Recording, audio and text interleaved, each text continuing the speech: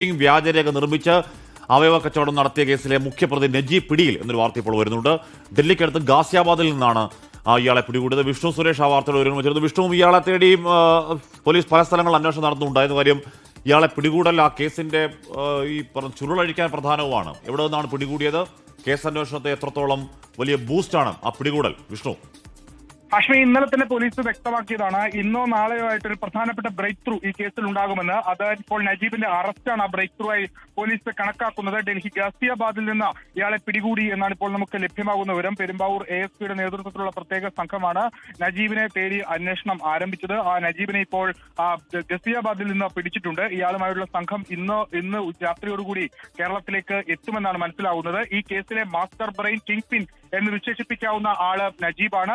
ആ നജീബിനാണ് ഇപ്പോൾ കസ്റ്റഡിയിൽ എടുത്തിട്ടുള്ളത്. നജീബിൽ നിന്ന് കൂടുതൽ വിവരങ്ങൾ, ഈ അവയവക്കടത്തിന്റെ കൂടുതൽ വിവരങ്ങൾ ലഭ്യമാക്കാനാകുമെന്ന പ്രതീക്ഷയാണ് നിലവിൽ പോലീസ് പങ്കുവെക്കുന്നത്. ഇയാളുടെ വിദേശയാത്രയിൽ അടക്കം പോലീസ് പരിശോധന ആരംഭിച്ചിരുന്നു. ഇനിയിപ്പോൾ ഇയാളുടെ പാസ്പോർട്ട് ലഭ്യമാക്കിയ ശേഷം അതിൽ വിശദമായ പരിശോധന നടത്തും. ഒപ്പം ഇയാള് ചില രാഷ്ട്രീയ നേതാക്കളുടെ ബന്ധുവാണ് എന്ന് പറഞ്ഞാണ് ഈ അവയവ ദാതാക്കളെ കണ്ടെത്തിയിരുന്നത് എന്നും പോലീസിന് ചില വിവരങ്ങളുണ്ട്. അപ്പൊ അതിന്റെയൊക്കെ സാഹചര്യം എന്താണ്, ഒപ്പം ഇതുവഴി ഇയാൾ ഉണ്ടാക്കിയിട്ടുള്ള സാമ്പത്തിക നേട്ടങ്ങൾ എത്രയാണ്, ഇതെല്ലാം കേന്ദ്രീകരിച്ചാണ് പോലീസിന്റെ വിശദമായ പരിശോധനയും അന്വേഷണവും നടക്കുന്നത്.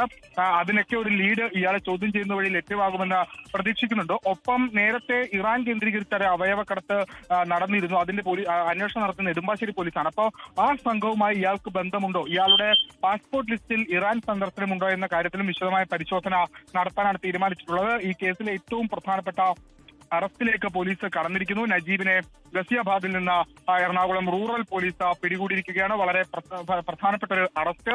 ഈ കേസിൽ ഇതുവരെ ഇപ്പോൾ അറസ്റ്റിലായ ആളുകളുടെ എണ്ണം 7 മാറിയിട്ടുണ്ട്. ഇനിയും കൂടുതൽ അറസ്റ്റുകൾക്കുള്ള സാധ്യതയുണ്ട്. നജീബ് വഴി ഈ അവയവക്കടത്തിന്റെ കൂടുതൽ ശൃംഖലയിലേക്ക് അല്ലെങ്കിൽ കൂടുതൽ കണ്ണികളിലേക്ക് എത്താനാകുമെന്ന പ്രതീക്ഷയാണ് ഇപ്പോൾ പോലീസ് പങ്കുവെക്കുന്നത്.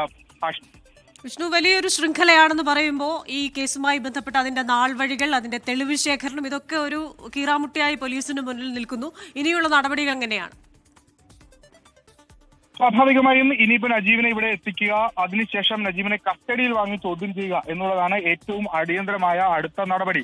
കസ്റ്റഡിയിൽ വാങ്ങി ചോദ്യം ചെയ്യുന്നത് വഴിയായിരിക്കും ഈ ശൃംഖലയുടെ വ്യാപ്തി എത്രത്തോളം ഉണ്ട്, ഇയാൾ എന്തിനാണ് ഇങ്ങനെ അവയവ കച്ചവടം നടത്തിയത്, എത്ര നാളായി ഇത് ആരംഭിച്ചിട്ട് എന്നുള്ളതിന്റെയൊക്കെ വിവരങ്ങൾ ലഭ്യമാകുക. പ്രാഥമിക വിവരങ്ങൾ പോലീസിന്റെ പക്കലുണ്ട്. പ്രത്യേകിച്ച് പോലീസ് പറയുന്നതനുസരിച്ച് ഇത് ഏകദേശം 3 വർഷമായി ഇത്തരത്തിൽ ഈ അവയവ കച്ചവടം ആരംഭിച്ചത്. അത് മെഡിക്കൽ ടൂറിസത്തിന്റെ മറവിലാണ് കച്ചവടം നടത്തിയതെന്നൊക്കെ പറയുന്നു. അപ്പോൾ ഇരകൾ ആരൊക്കെയാണ് എന്നുള്ളതൊക്കെ കണ്ടെത്തേണ്ടതുണ്ട്. നേരത്തെ സമാനമായ അവയവ കച്ചവടം NIA വരെ അന്വേഷിക്കേണ്ട സാഹചര്യത്തിലേക്ക് പോകുന്നത് നമ്മൾ കണ്ടതാണ്. അപ്പോൾ അത്തരം ബന്ധങ്ങൾ അല്ലെങ്കിൽ അങ്ങനെ ഇല്ലീഗൽ ഇടപാടുകൾ നടന്നിട്ടുണ്ടോ എന്ന കാര്യങ്ങളൊക്കെ വിശദമായി പരിശോധിക്കും. അടിയന്തര നടപടി നജീബിന് ഇവിടെ എത്തി അറസ്റ്റ് രേഖപ്പെടുത്തി അതിനുശേഷം മറ്റ് നടപടിയിലേക്ക് കടക്കുക എന്നുള്ളതാണ്. അതായത് റിമാൻഡ് ചെയ്ത് കസ്റ്റഡിയിൽ വാങ്ങി ചോദ്യം ചെയ്യുക എന്നുള്ളതാണ്. ആ ചോദ്യം ചെയ്യലിലായിരിക്കും ഇതിന്റെ ഒരു വ്യാപ്തി എത്രത്തോളം ഉണ്ട് എന്ന വിലയിരുത്തൽ കണ്ടെത്തലിലേക്കൊക്കെ പോലീസ് പോവുക എന്നാണ് നമുക്ക്.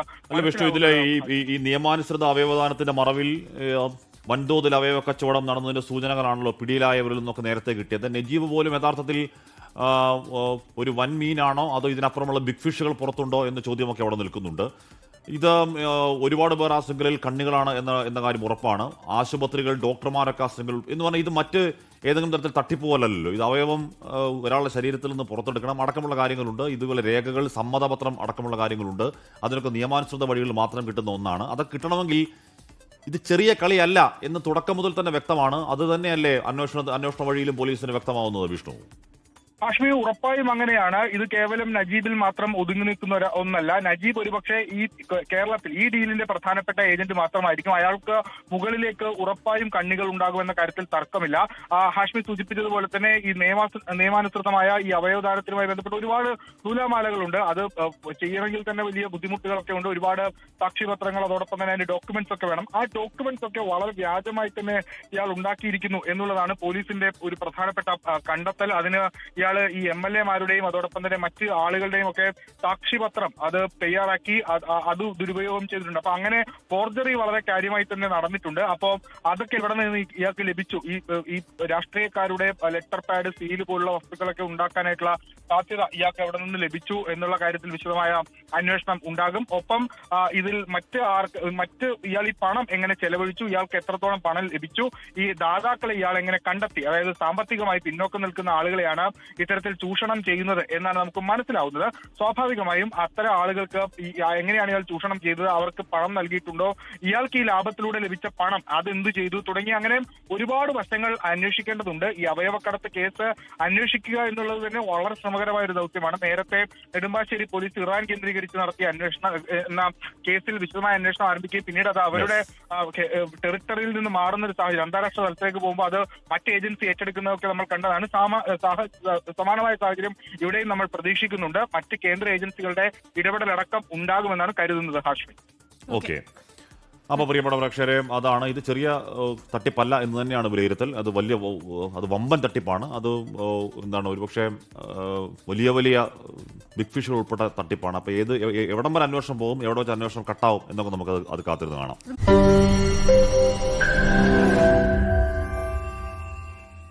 ലോകത്തെവിടെയായാലും ഏത് സമയത്തും 24 വാർത്തകളും ഓഗ്മെന്റഡ് റിയാലിറ്റി പാക്കേജുകളും എക്സ്പ്ലെയിനറുകളും വിശദമായി കാണാൻ ഞങ്ങളുടെ യൂട്യൂബ് ചാനൽ നിങ്ങൾക്ക് സബ്സ്ക്രൈബ് ചെയ്യാം.